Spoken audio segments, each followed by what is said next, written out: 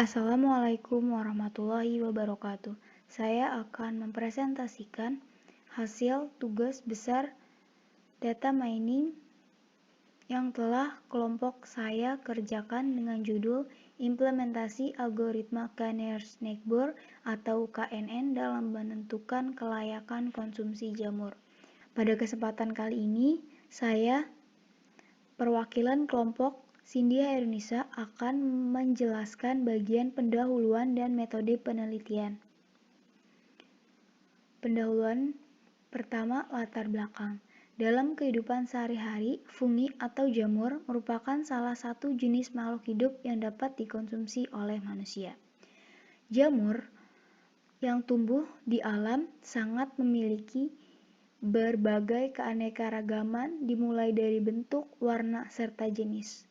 Dari banyaknya jenis jamur yang tumbuh, ternyata tidak dapat dikonsumsi semua jenisnya.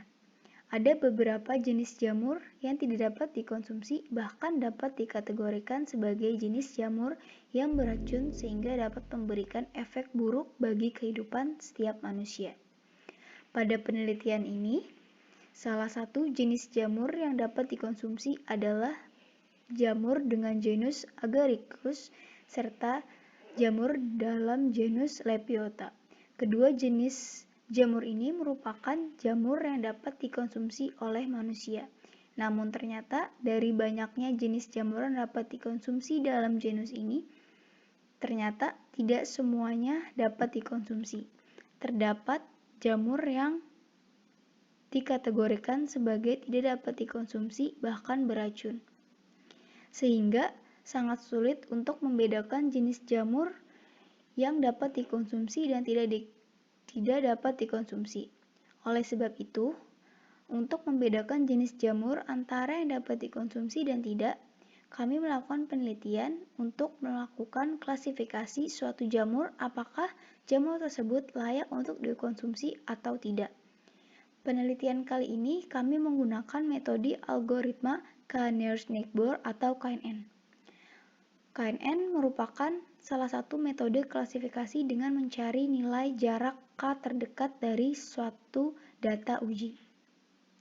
Tinjauan pustaka pada penelitian ini adalah dengan acuan jurnal implementasi metode klasifikasi Naive-Bayes untuk memprediksi besarnya penggunaan listrik rumah tangga.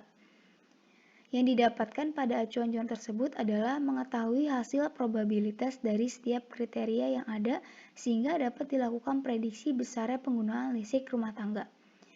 Sehingga pada penelitian yang kami gunakan berbeda sekali dengan acuan jurnal kami.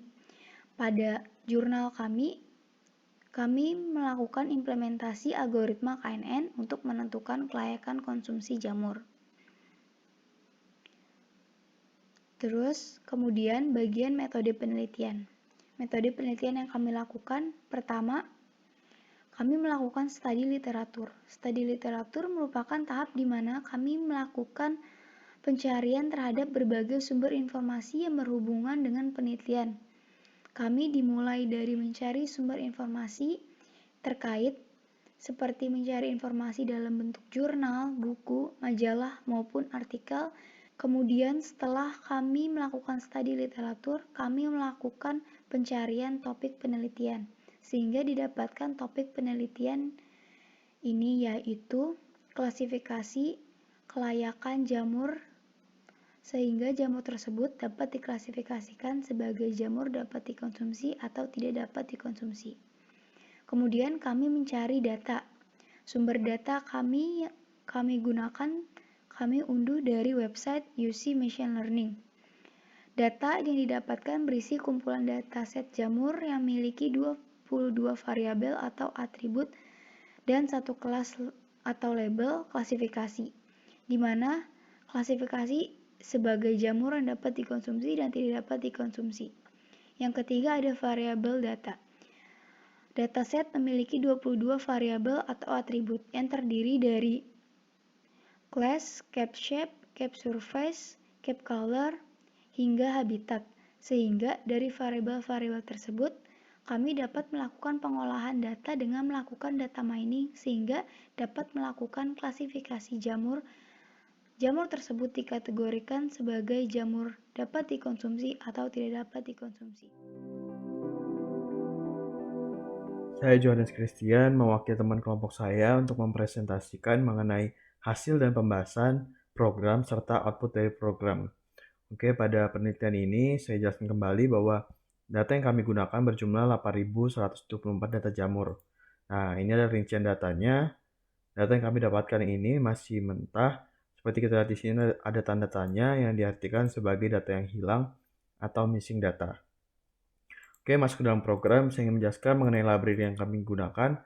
Pertama ada library Panda untuk membaca data frame, NumPy untuk array, simple inputter, pre-processing, min-max scaler, dan k-neighbors classifier. Selanjutnya, karena masih ada data yang hilang kayak gini, berarti datanya masih kotor, kita harus melakukan pre-processing data. Tahapan awal yaitu data cleaning. Fungsinya untuk menghilangkan data yang hilang tadi. Metode yang kami gunakan di sini adalah metode imputasi data dengan strategi modus. Oke, di sini kita menggunakan simple inputter untuk menghilangkannya, tapi pertama-tama kita ubah dulu data yang hilang tanda tanya menjadi none. Nah, lalu penggunaan di sini parameternya missing values kita masukkan none dengan strategi most frequent atau modus. Setelah diterapkan, maka hasil dari output programnya akan seperti ini, di mana data yang hilang tadi diubah menjadi modus dari atribut tersebut. Setelah dipastikan bahwa data sudah tidak ada yang hilang lagi, langkah selanjutnya kita masuk ke dalam mengubah data yang bersifat kategorik menjadi data yang bersifat numerik. Di sini kami menggunakan label encoder dari library preprocessing. Ini ada for i sebagai looping dari kolumnya, di mana berapa banyak kolom, kita looping untuk dilakukan transformasi data. Hasilnya akan seperti ini, di mana data jamur tadi telah diubah menjadi numerik. Oke, langkah selanjutnya yaitu data reduction. Di sini kami akan mengurangi fitur-fitur atau atribut yang dianggap tidak efektif. Kami menggunakan metode univariate selection. Nah, untuk codingnya atau programnya, di sini kami mengimport library chi-square dan select kbase. Setelah dihitung nilai kontribusinya akan menjadi seperti ini. Kita bisa hilangkan saja plus 01-nya dan kita mengambil depannya untuk menentukan nilai kontribusi yang terbaik. Hasilnya seperti ini, kita mendapatkan 16 variabel dengan kontribusi terbaik dan kita mengurangi 6 variabel yang dianggap kurang efektif. Tahap selanjutnya kita melakukan transformasi data, yaitu menyeragamkan interval nilai dari satu variabel dengan variabel lain sehingga memiliki kontribusi terhadap pembentukan model yang sama atau setara. Oke, dalam transformasi data di sini kita menggunakan min-max scaler. Min-max scaler di sini kita menggunakan parameternya dengan range nilai antara 0 hingga 1 sehingga semua data tadi yang berbeda interval nilainya menjadi sama, yaitu antara 0 hingga 1 saja. Oke, masuk ke dalam pembagian data. Di sini kami membagi data training dan data testing dengan menggunakan metode k-fold cross validation dengan nilai k sama dengan 10. Untuk codingannya di sini kita lihat bahwa kami mengimport stratified k-fold dari scalar model selection dan menerapkannya dengan k-nya sama dengan 10. Lalu dihasilkan xtrain, xtest, ytrain, dan ytest. Oke. Langkah selanjutnya kita melakukan klasifikasi k-nearest neighbor. Nah, karena dalam program hanya menggunakan dari library-nya saja, maka saya berinisiatif untuk menjelaskan secara rinci bagaimana penerapan KNN. Di sini saya memberikan sampel data yaitu A1 sampai A10 adalah data training dan A8124 adalah data testing. Penerapan KNN, langkah pertama yang dilakukan ialah menentukan parameter K. Pada penelitian ini kita menggunakan K-nya itu 3, 5, 7, 9, dan 11 sebagai perbandingan untuk mendapatkan model yang optimal. Lalu langkah selanjutnya kita menghitung jarak Euclidean dari data testing terhadap keseluruhan dari objek training atau data training. Rumus yang digunakan ini akan berada pada subbab 133, poin yang kedua. Nah, ini adalah contoh perhitungannya dari data testing terhadap data A1. Didapatkan nilainya, nilai jaraknya adalah 1,733262. Lalu selanjutnya kita hitung pada keseluruhan data training, didapatkan seperti ini pada tabel 8, jarak dari keseluruhan data training terhadap data testing. Oke, langkah selanjutnya ialah melakukan pengurutan atau melakukan ranking berdasarkan jarak atau nilai terkecil hingga terbesar. Setelah dilakukan perankingan, langkah selanjutnya ialah menentukan hasil klasifikasi berdasarkan nilai K yang telah kita tetapkan sebelumnya. Sebagai contoh saja, kita menggunakan K sama dengan 3. Berarti tetangga terdekat yang digunakan adalah 3 tetangga. Di sini berarti A2, A6, dan A3. Langkah selanjutnya ialah menentukan kelas mayoritas dari ketiga kelas tersebut, di mana kelas A2 sama dengan edible, A6 sama dengan edible, A3 sama dengan edible, maka data testing jamur A8124 dapat diklasifikasikan sebagai jamur yang edible juga, atau dapat dikonsumsi.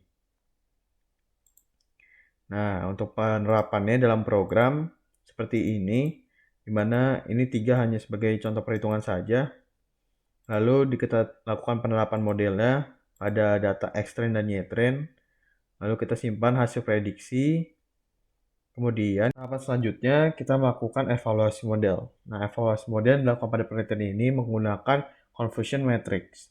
Ada 4 istilah dalam confusion matrix, yaitu true positif atau TP, true negatif atau TN, dan false positif atau FP, serta false negatif atau FN.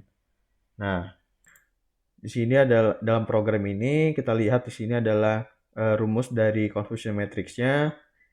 Setelah kita hitung dan kita print, maka didapatkan output programnya seperti ini. Akurasinya 99,01%, sensitivity 100%, specificity 98,09%. Nah, seperti yang saya bilang sebelumnya bahwa kami menggunakan 5 parameter K sebagai perbandingan, maka dihasilkan seperti ini, yaitu akurasinya yang berbeda-beda antara parameter satu dan parameter lain, tetapi model terbaik yang kami dapatkan di sini adalah menggunakan parameternya K sama dengan 3, yaitu mencapai tingkat akurasi 99,01%.